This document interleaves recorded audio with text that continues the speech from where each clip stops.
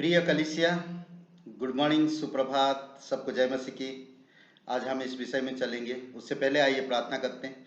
दयालु और कृपालु परमेश्वर पिता, हम आपकी महिमा करते हैं। स्वर्ग और पृथ्वी बनाने वाला पिता, प्रभु यीशु मसीह, हम धन्यवाद देते हैं। आप हमें क्षमा किए, आप हमें नया जीवन दिए। आपकी विचार, आपकी सोच, आपकी अनंत मकसद, आपकी सुसमाचार का प्रचार करना, ये सारी चीज़ें हमें प्रेरित करें पिता। आप हमें बुद्धि समझ के साथ अगुवाई करो, ताकि हम तेरी अद्भुत महान आज्ञा को आगे बढ़ा सके पिता। धन्यवाद देते, आपकी स्तुति महिमा करते। जीवित और पराक्रमी परमेश्वर, सारा आदर सारा महिमा हम तुझे देते, यीशु मसीह के नाम से मांगते, आमीन। ओके, आज हम लोग बात करेंगे महान आदेश या महान आज्ञा। हर एक विश्वासी भाई बहनों को प्रभु यीशु मसीह अधिकार दिया है और उसके साथ साथ एक वादा भी किया है। मत्ती का 28 अध्याय 16 से 20 में एक महान आज्ञा यहाँ पर है, महान आदेश। हम हर एक विश्वासी को वो आदेश पालन करना। यीशु मसीह कहता है, स्वर्ग और पृथ्वी का सारा अधिकार मुझे दिया गया है। जाओ, तुम जैसा मुझसे सीखे हो तुम वैसे दूसरों को सिखाओ। अगर आप विश्वासी हो, और ये महान आज्ञा आपको समझना होगा। यीशु मसीह ने आपको एक आदेश दिया, सारा अधिकार उसके पास है। आपको मुझे एक आदेश दिया, सुसमाचार का प्रचार करना, सिखाना और बढ़ाना, फिर बपतिस्मा देना, पिता पुत्र और पवित्र आत्मा के नाम से। हर एक विश्वासी भाई बहन यही जिम्मेदारी होना चाहिए। बाद में कहता कि मैं जगत के अंत तक तुम्हारे साथ, मैं तुम्हें कभी नहीं छोड़ूंगा।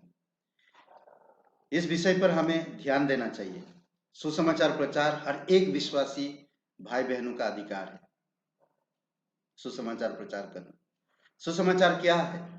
अगर पहला कुरिन्थियों का 15 अध्याय 2-3 वचन, 1-2-3 वचन 4 वचन पढ़ेंगे तो पता चलता। पवित्र शास्त्र के अनुसार प्रभु यीशु मसीह पापियों से प्रेम किया, मारा गया, गाड़ा गया, तीसरे दिन जी उठा।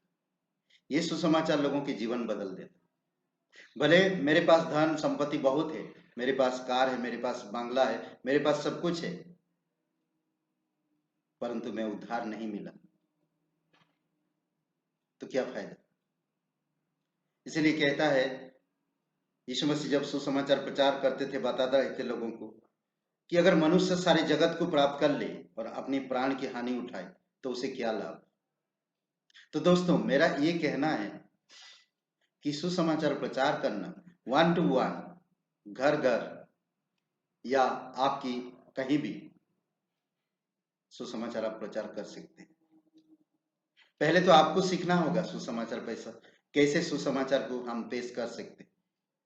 कलीसिया के द्वारा, बाइबल स्कूल के द्वारा हम सीख सकते हैं और जान सकते हैं। 19 वचन में कहता है इस प्रकार, इसीलिए तुम जाकर सब जातियों के लोगों को चेला बनाओ और उन्हें पिता पुत्र पवित्र आत्मा के नाम से बपतिस्मा दो। सबसे पहली बात आता है चेला बनाओ। किसकी चेला? उनको शिक्षा देना, सुसमाचार सुनाना, उनको परमेश्वर में बढ़ाना, फिर पिता पुत्र पवित्र आत्मा के नाम से बपतिस्मा देना। 20 वचन में कहता है कि मैं जगत के अंत तक तुम्हारे साथ हूं। ये परमेश्वर की प्रतिज्ञा है। हर एक विश्वासी को आज्ञा दिया और प्रतिज्ञा दिया। हर एक विश्वासी को आज्ञा के साथ प्रतिज्ञा है, आदेश के साथ उन्होंने एक आज्ञा दिया जो उनके साथ के लिए प्रतिज्ञा दिया। आदेश और प्रतिज्ञा ये दोनों साथ साथ, आज्ञा और प्रतिज्ञा ये दोनों साथ साथ चलती है।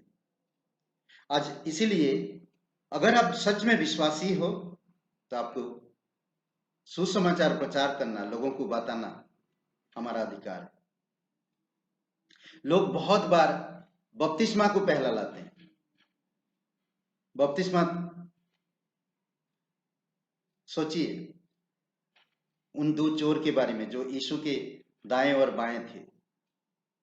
क्या एक चोर को यीशु मसीह ने कहा, आज ही तू मेरे साथ, जब वो पश्चाताप किया, आज ही तू मेरे साथ स्वर्गलोक में होगा? तो वो स्वर्ग कैसे पहुंच गया बिना बपतिस्मा के? बपतिस्मा हमारा उद्धार नहीं कर सकता, बपतिस्मा हमें स्वर्ग नहीं ले जा सकता, बपतिस्मा हमें पुरानी जीवन बदल नहीं सकता। हमें सुसमाचार को सुनना होगा। सुसमाचार को सुनना रोमियो के 9 अध्याय 10 अध्याय में बताता है। समझ रहे हैं? हमें सुसमाचार को समझना होगा। यीशु मसीह जो हर एक मनुष्य के लिए, उनके पापों के दंड के लिए दंडित हुआ, बलिदान हुआ, उसको हमें समझना होगा, उसको हमें जानना होगा। जैसे कि मैं एक कर्जदार था, मैं वो कर्ज चुका नहीं सकता था, परंतु यीशु आकर मेरा वो कर्ज चुका दिया और मुझे आजाद किया। जब मुझे आजाद किया, मेरा भी कर्तव्य है कि ऐसे बहुत से लोग हैं जो कर्ज में भटके हुए, अविश्वासी, पाप में, शैतान की राज्य में पड़े हुए, बीमार है, उनको मैं सुसमाचार बताऊं। और जो कोई कलीसिया में आते हैं उनको सिखाना। खुद सीखो, अब दूसरों को सिखाओ। देखो परमेश्वर आपके साथ है। समझ रहे? इसलिए बहुत जरूरी हमें समझना। कई बार हम ये सब चीजें नहीं समझ पाते। आज के लिए ये विचार, इस धरती पर अगर आप यीशु मसीह पर विश्वास करते हो, मैं अपनी आस्था यानी कि विश्वास की यात्रा, मैं अपनी विश्वास की यात्रा में उड़ान भर सकता हूं, क्योंकि मैं जानता हूं कि परमेश्वर मेरे साथ है। आस्था की उड़ान भरो। समय बहुत कम है, सुसमाचार प्रचार करो, परमेश्वर के प्रेम के बारे में लोगों को बताओ। परमेश्वर उनसे प्रेम बहुत करता है, उनके लिए क्रूस पर जीवन दिया। रोमियो का 5:8 में कहता, जब हम गुनहगार थे, परमेश्वर ने अपने प्रेम को ऐसा दिखाया कि अपना इकलौता पुत्र दे दिया, जो कोई उसके, और यीशु मसीह हमारे लिए, पापों के लिए मर गया जब हम गुनहगार थे। समझ रहे? परमेश्वर का प्रेम अनंत है। इसीलिए अगर आप एक विश्वासी हो तो प्रचार करना आवश्यक है। 1 to 1 प्रचार कर सकते हैं।